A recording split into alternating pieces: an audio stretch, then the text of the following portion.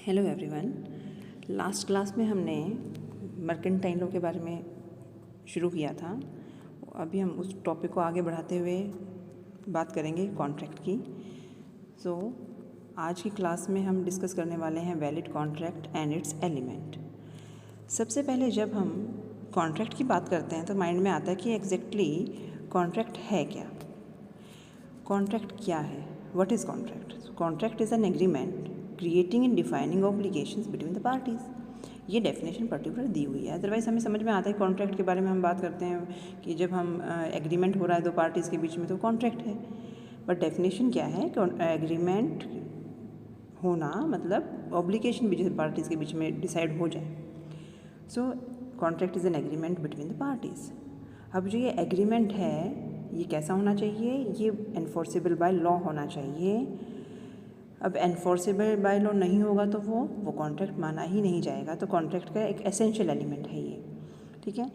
फिर हम बात करते हैं कि सभी कॉन्ट्रैक्ट एग्रीमेंट होते हैं बट सभी एग्रीमेंट कॉन्ट्रैक्ट नहीं होते हैं। ये एक बहुत ही इंपॉर्टेंट क्वेश्चन बनता है आपका कि एग्रीमेंट होना ज़रूरी है सभी कॉन्ट्रैक्ट के लिए, क्योंकि जब एग्रीमेंट नहीं है तो कॉन्ट्रैक्ट आप कह ही नहीं सकते हो।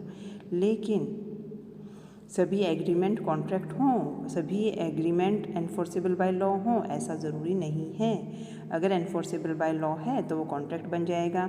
कहीं आपस अपने फॉर एग्जांपल अपने फ्रेंड से आप बात करते हैं और आपका प्लान बनता है कि हम चलो घूमने चलते हैं। तो वो घूमने चलते हैं, दोनों ने आपस में बात की, अपने से प्रपोजल रखा, yes you are ready, yes I am ready. तो वो घूमने का प्लान बना लेते हैं, प्रपोजल कर लेते हैं, देन वो अब ये एग्रीमेंट तो हो गया। लेकिन अगर वो घूमने नहीं चलता है, सुबह अपने प्लान बनाए, शाम को उसका प्लान चेंज हो गया और वो घूमने नहीं चलता है, तो आप कोर्ट में नहीं जा सकते उसके against. So that agreement is not enforceable by law. वो कॉन्ट्रैक्ट था ही नहीं। तो कुछ एग्रीमेंट हो जाते हैं, सहमति हो जाती है, लेकिन वो कॉन्ट्रैक्ट हो ऐसा ज़रूरी नहीं है। तो कॉन्ट्रैक्ट होने के लिए 3 चीज़ों का होना ज़रूरी है।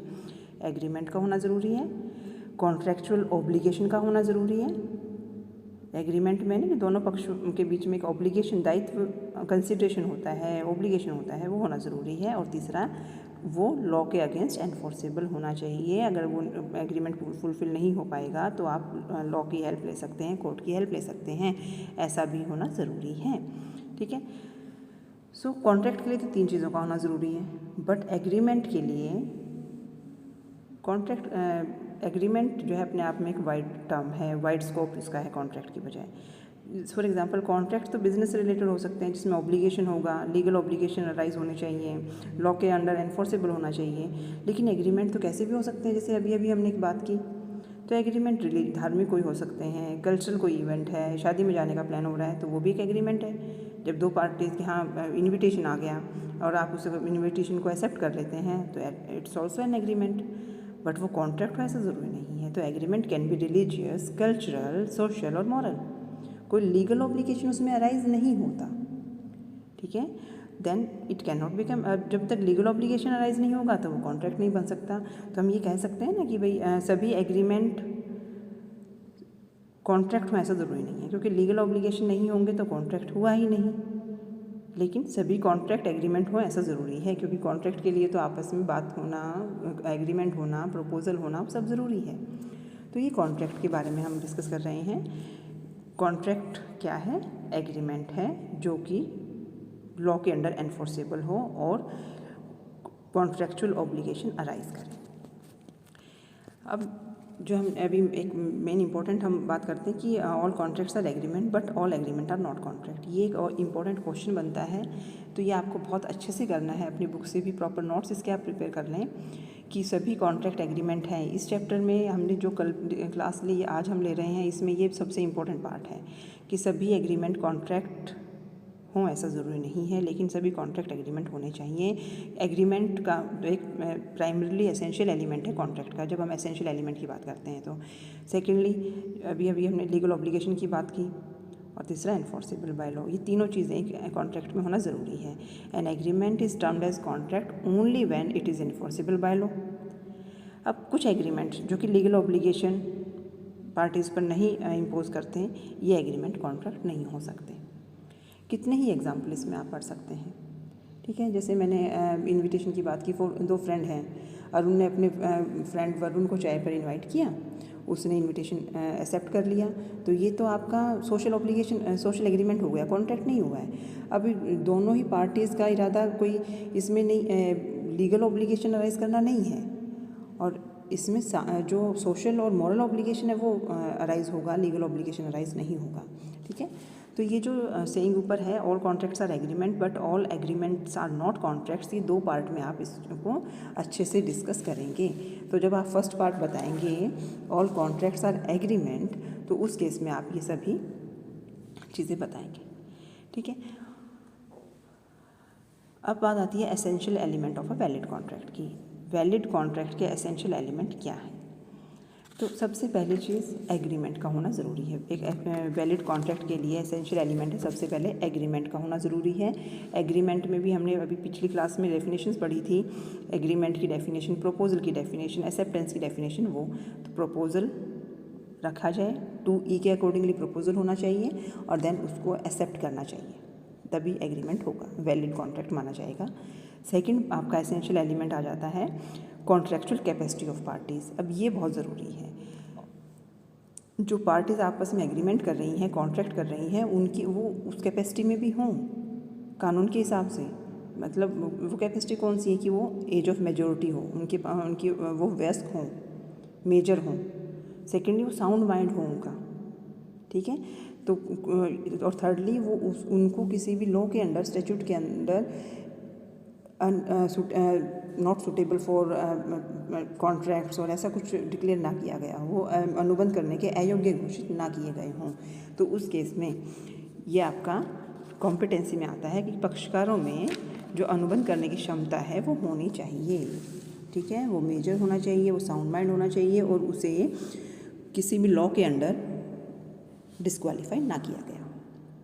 तीसरा एलिमेंट आता है फ्री कंसेंट ऑफ पार्टीज़ की फ्री कंसेंट होना भी ज़रूरी है। ज़बरदस्ती अगर आप कोई कॉन्ट्रैक्ट करवाते हैं, कोई एक्सेप्टेंस ले लेते हैं, तो that is also not contract, valid contract वो नहीं माना जाएगा। ये एलिमेंट बहुत ज़रूरी है, बहुत ध्यान से आप इसे सुनिए, समझिए, क्योंकि आगे इसको बेस बना के दूसरे क्वेश्चन प्रिपेयर किए जाते हैं।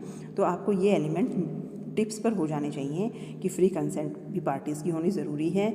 अगर किसी ने for example A makes a proposal to B to sell his flat for this much rupees और बी एक्सेप्ट कर लेता है उस प्रपोजल को, ठीक है, तो अब वो ज़बरदस्ती एक्सेप्ट कर लिया, लेकिन ज़बरदस्ती उसमें नहीं आनी चाहिए, फ्री कंसेंट होना चाहिए।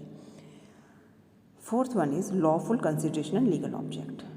अब ये कंसिडरेशन की डेफिनेशन भी हमने पढ़ी थी, तो जो कंसिडरेशन हो वो लीगल हो। एसेंशियल एलिमेंट है एग्रीमेंट का, कॉन्ट्रैक्ट का, कि कंसिडरेशन होना चाहिए किसी लीगल मोटिव के लिए। मतलब कोई जो कंसिडरेशन है वो या कोई जो पर्पस है वो लीगल होना चाहिए, मतलब सही होना चाहिए, कुछ लॉ के अगेंस्ट ऐसा ना हो। तो लॉ के अगेंस्ट कुछ ऐसा होगा तो वो आपका कॉन्ट्रैक्ट वैलिड नहीं माना जाएगा। ठीक है, एक वैलिड कॉन्ट्रैक्ट के लिए लॉफुल कंसिडरेशन का होना ज़रूरी है। And fifth element is agreement not expressly declared void. अब यहाँ पे ध्यान देंगे आप, for a valid contract it is essential that the agreement has not been declared void. Void agreement की भी हमने बात की। वॉइड एग्रीमेंट क्या होंगे?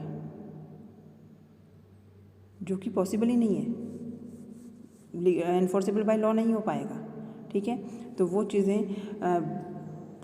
इलीगल नहीं होनी चाहिए। तो एग्रीमेंट जो है वॉइड नहीं होना चाहिए। अगर वॉइड होगा तो आपका कॉन्ट्रैक्ट वैलिड हो ही नहीं सकता। ठीक है, तो एग्रीमेंट वॉइड ना हो। अब वॉइड एग्रीमेंट की डेफिनेशन आप एक बहुत अच्छे से कर लें कि वॉइड एग्रीमेंट क्या होता है। यहाँ पर हम उसको दोबारा डिस्कस नहीं कर रहे हैं। Then 6 point is writing and registering agreement. Agreement का रिटर्न में होना, रजिस्ट्री होना बहुत ज़रूरी है वैलिड कॉन्ट्रैक्ट के लिए। ठीक है, हम जो कोई कॉन्ट्रैक्ट करते हैं, तो हम कोई एग्रीमेंट करते हैं तो हम उसको रजिस्टर कराते हैं, रिटर्न में लेते हैं, तो ये बहुत ज़रूरी है। अब ये जो रिटर्न में है वो और in the presence of witness और रजिस्टर्ड, ये मतलब विटनेस भी होना चाहिए, राइटिंग में भी होनी चाहिए। ये स्टैट्यूटरी रिक्वायरमेंट हो जाती है एग्रीमेंट को कॉन्ट्रैक्ट के लिए बनाने में। Capable of performance. एक वैलिड कॉन्ट्रैक्ट जो है must be reasonable and practical to be performed. ऐसा नहीं हो कि हम उस कॉन्ट्रैक्ट को फुलफिल ही ना कर पाएँ। कोई इम्पॉसिबल चीज़ का प्रॉमिस परफॉर्म ही नहीं किया जा सकता। ठीक है, कोई चीज़ एग्जिस्ट ही नहीं करती, उसका प्रॉमिस पॉसिबल ही नहीं है। तो एक वैलिड कॉन्ट्रैक्ट के लिए सर्टेन होना, डेफिनेट होना ज़रूरी है। कोई वेग और इनडेफिनेट पर्पस जो होता है वो वैलिड कॉन्ट्रैक्ट में नहीं चलता। तो ये सभी क्राइटेरिया हैं वैलिड कॉन्ट्रैक्ट के लिए, एसेंशियल एलिमेंट्स हैं।